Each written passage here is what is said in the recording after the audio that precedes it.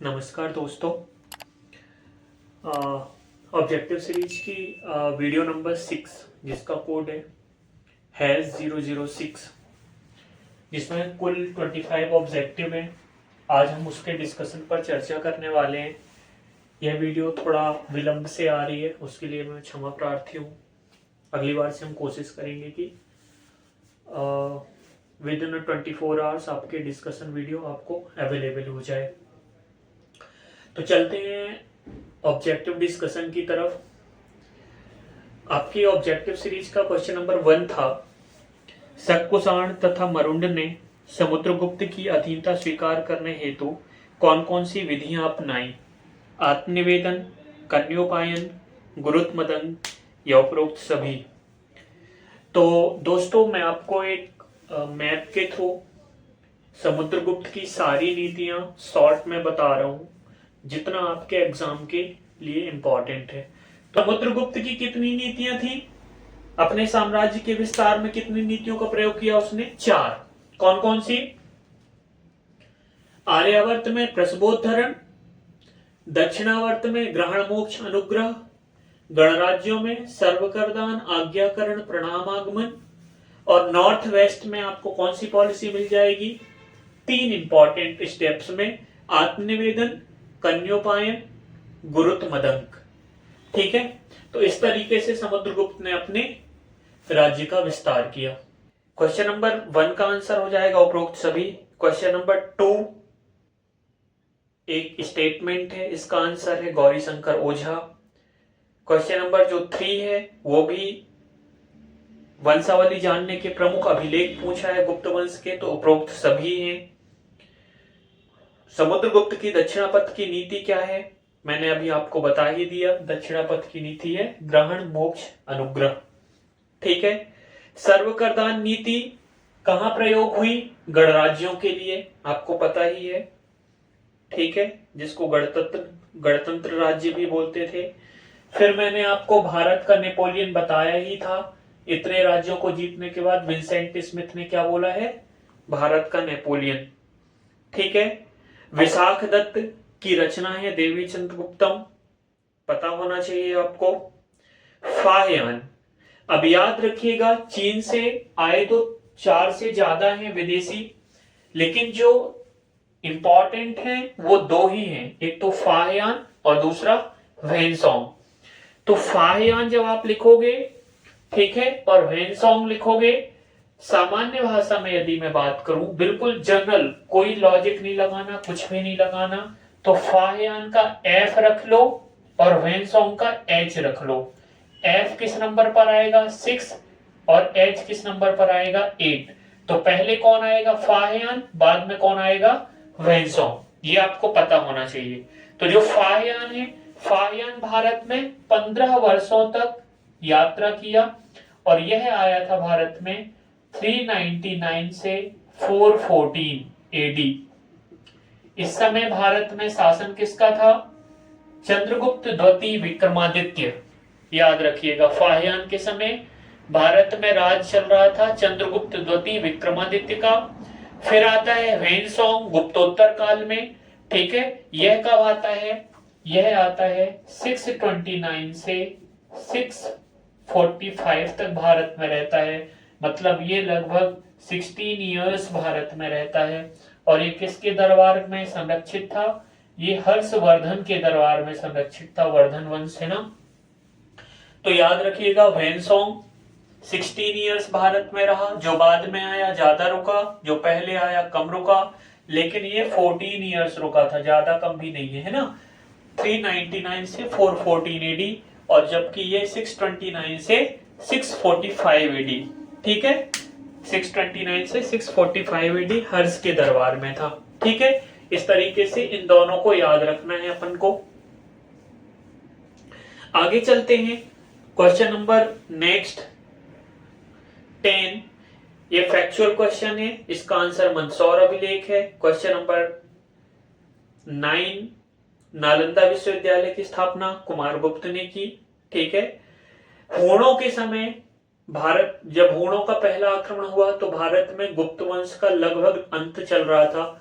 उस समय स्कंदगुप्त भारत में शासन कर रहे थे। स्कंदगुप्त के समय हूणों ने पहला आक्रमण किया। ठीक है, अब बात आती है गुप्त काल में न्यायालय की। ठीक है,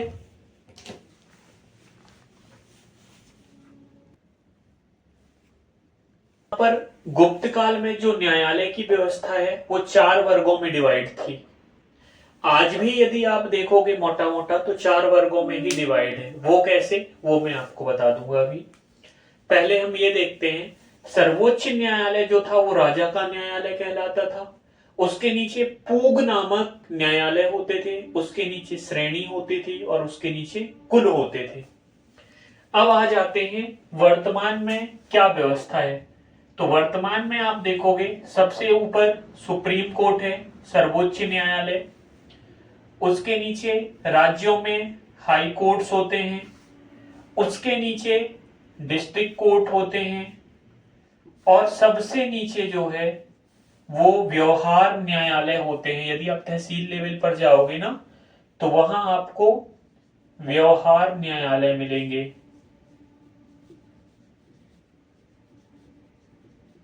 ठीक है, आजकल ग्राम न्यायालय की भी एक नई परंपरा चल गई है ना। जब मैं आपको मध्य प्रदेश पढ़ाऊंगा तब उसमें आपको ग्राम न्यायालय भी बताऊंगा। नीमच के झांतला से स्टार्ट हुआ था। ठीक है, तो हम आज की यदि बात करें तो supreme court, high court, district court और व्यवहार न्यायालय। गुप्त काल की बात करें तो सर्वोच्च राजा का न्यायालय, उसके नीचे पूग नामक न्यायालय होते थे, उसके नीचे श्रेणी वाले न्यायालय होते थे और सबसे नीचे कुल न्यायालय या ग्राम न्यायालय इनको बोल सकते हैं वो होते थे। तो इस तरीके से गुप्त काल की जो न्यायिक व्यवस्था थी वो 4 भागों में विभाजित थी। समझ में आ गया? आगे चलते हैं। जो उपरिक होता था, उपरिक पुलिस डिपार्टमेंट कहलाता था। ठीक है, पुलिस विभाग में होता था।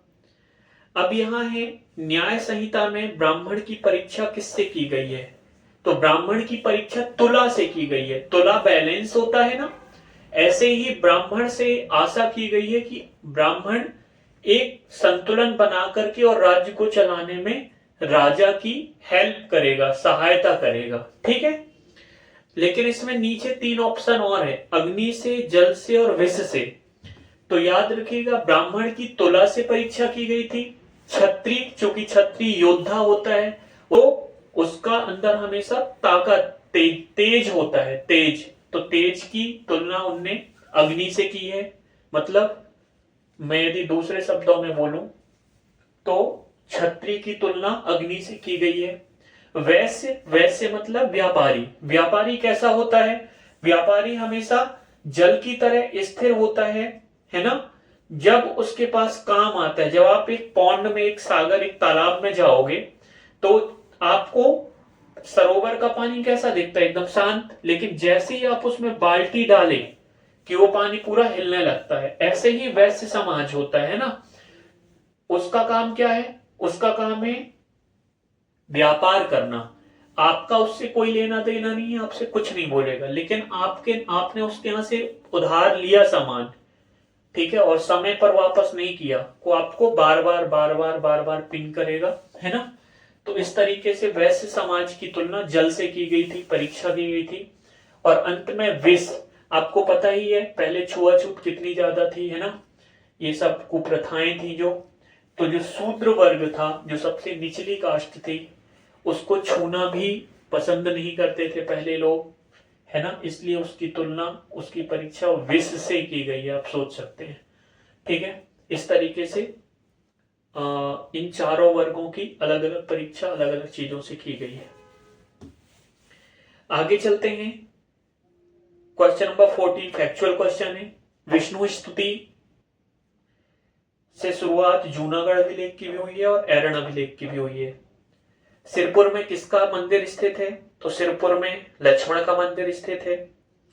पंचतंत्र के लेखक विष्णु शर्मा है।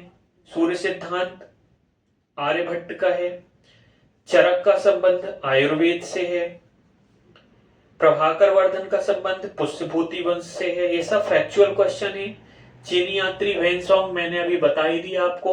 एफ मतलब फायान पहले आएगा, एच मतलब हेनसोंग बाद में आएगा, और हेनसोंग फायान से 2 वर्ष ज्यादा भारत में रुका, मतलब 16 वर्षों तक उसने भारत में क्या किया, यात्रा किया। और वो ईयर थे 629 से लेके 645 एडी, है ना, अराउंड 16 ईयर्स। कन्नौज के लिए त्रिकोणात्मक संघर्ष किन 3 वंशों के बीच हुआ? पाल, गुर्जर प्रतिहार और राष्ट्रकूट, है ना, ये पता होना चाहिए आपको। खजुराहो के मंदिर किन शासकों ने बनवाया था? तो आपको पता ही है, चंदेल शासकों ने बनवाया था खजुराहो के मंदिर। झांसी का दशावतार मंदिर किस शैली में बना है? तो यह बेसर शैली का उत्कृष्ट उदाहरण है ना, याद रखिएगा। गंधर्व विवाह, अब यहां पर विवाह है, क्वेश्चन नंबर 24, तो मैं आपको विवाह समझा देता हूं। आपके सामने विवाह के प्रकार लिखे हुए हैं। कौटिल्य ने अपने अर्थशास्त्र नामक पुस्तक में 8 प्रकार के विवाह बताए हैं। तो यह सबसे निकृष्टतम विवाह माना गया है, ठीक है, और यह सबसे ज्यादा इसका प्रयोग होता है। यह प्रणय विवाह है, ब्रह्म विवाह सबसे पवित्र विवाह माना गया है, प्रक्रियाबद्ध विवाह माना गया है, ठीक है, ब्रह्म विवाह। इस तरीके से कौटिल्य के अर्थशास्त्र में विवाह के 8 प्रकार दिए गए।